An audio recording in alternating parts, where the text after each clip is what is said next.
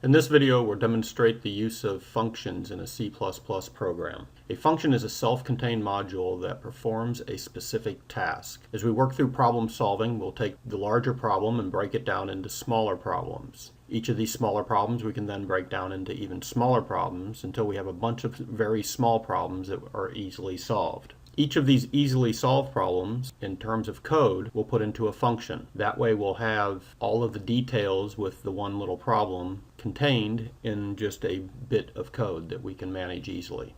Let's look at a function. What we'll do here is we'll look at function definitions, function calls, and we'll consider prototypes. Additionally, we'll want to send information into a function, and we'll do that through arguments, and we'll receive them in the function through parameters. So let's look at our first function. Here we see the basic program, the Hello World program. What I'm going to do is I'm going to take the Hello World message and put it into a function. What I've written here is my function definition. The function is type void. That means it's not going to return anything. The name of the function is hey, and since the parentheses here are empty, it will not take in any arguments. Currently this function does nothing. Now I've moved the cout statement, hello world, from the main into the function. This program should work. Let's run it. And it executed correctly. It did absolutely nothing. The reason why is because execution begins at int main. We go into main and all it does is return. It doesn't do anything. Alright, so above I have the function definition. Now I need to make the function call. To call the function, I type in the name of the function with parentheses, semicolon.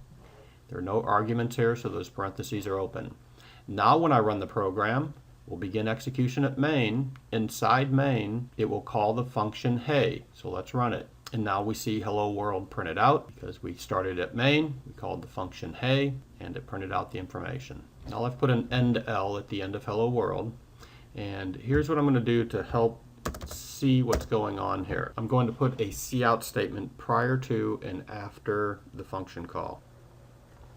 Now what will happen is execution begins at int main. We'll come into the function main. Again, main is a function. The first line in the function main is cout, the word before.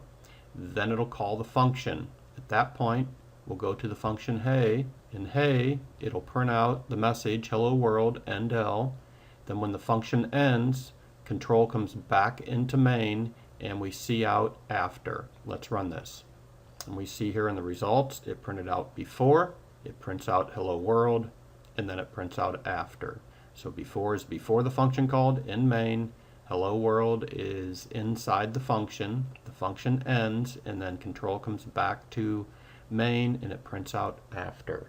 All right, so that's the basics of creating a function. We have a return type, void. The function name is hey. This function has no parameters. We have an opening brace and a closing brace to define all the statements within the function. We write our statements inside there, and that is defining the function. We have a function call. Down in main, we can call the function. So we put the function name, parentheses. If there were any parameters, we would have arguments inside those parentheses and a semicolon. The next thing to do is to discuss a prototype.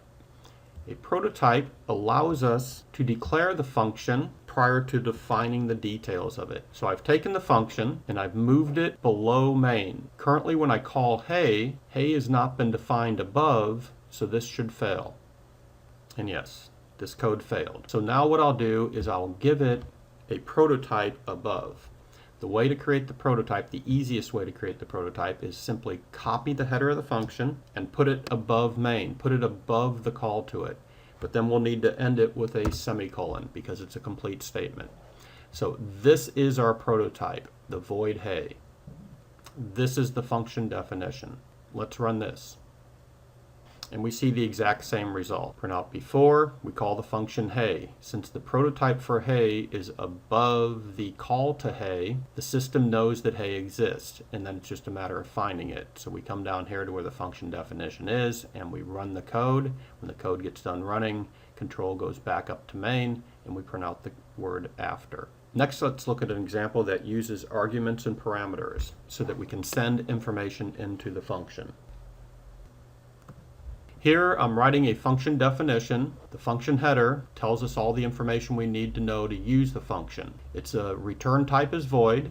The name of the function is sum, and it has 3 parameters. The first parameter is an integer called x. The second parameter is a float called y. The third parameter is a character called item. When I call this function, I must put arguments, the first one being an int, the second one being a float, and the third one being a character, because that's the ordering of the parameters. Let's just print out those variables. Okay, this line will print out the variables x, y, and item. These variables are special. They're parameters in the function, so they're local variables just to this function. Now let's make a call to the function, and I'll send values for each one of them. The first one's an int, so I will send the number 4. The next one's a float. I'll give it 3.5. And the third one's a character, so I'll give it the character a. Now let's run this. Again, execution begins at int main. Inside int main, the first line is a call to the function sum, and we send it 4, 3.5, and the letter a. Control goes up to the function sum. X takes on the first value, y takes on the second value, item takes on the third value. So x is 4, y is 3.5, and item is a. And then it prints those out, and we see x is equal to 4, y equal to 3.5, item equal a. Okay, so that's just getting information there. We can also send variables in. So let's declare some variables. I've created 3 variables, a float called GPA, an int called year, and a char called grade. I've initialized them all to default values. Next, we can call sum again the variables. Now remember, I have to have them in order. The first one is int x in the parameter list, so I'll send in year because that's an integer, followed by GPA because that's a float, followed by grade because that's a character. And we run it again. Let's trace through this. Execution begins at main, so we go to int main. It declares a variable GPA, a variable year, a variable grade. It calls the sum function, so control goes up to sum, and it's sending it 4, 3.5, and a, so those values are printed out, and that's the first printout line we see here. Next, we call sum again, and we send it year, GPA, and grade, and year and GPA are both set equal to 0. Grade is set equal to the blank space. We go up to sum. It then takes in the values into x, y, and item. Now it's important to note here that year and x are not the same variable name. We're sending the value of year to the function, and then x takes on that value. X is assigned the value year.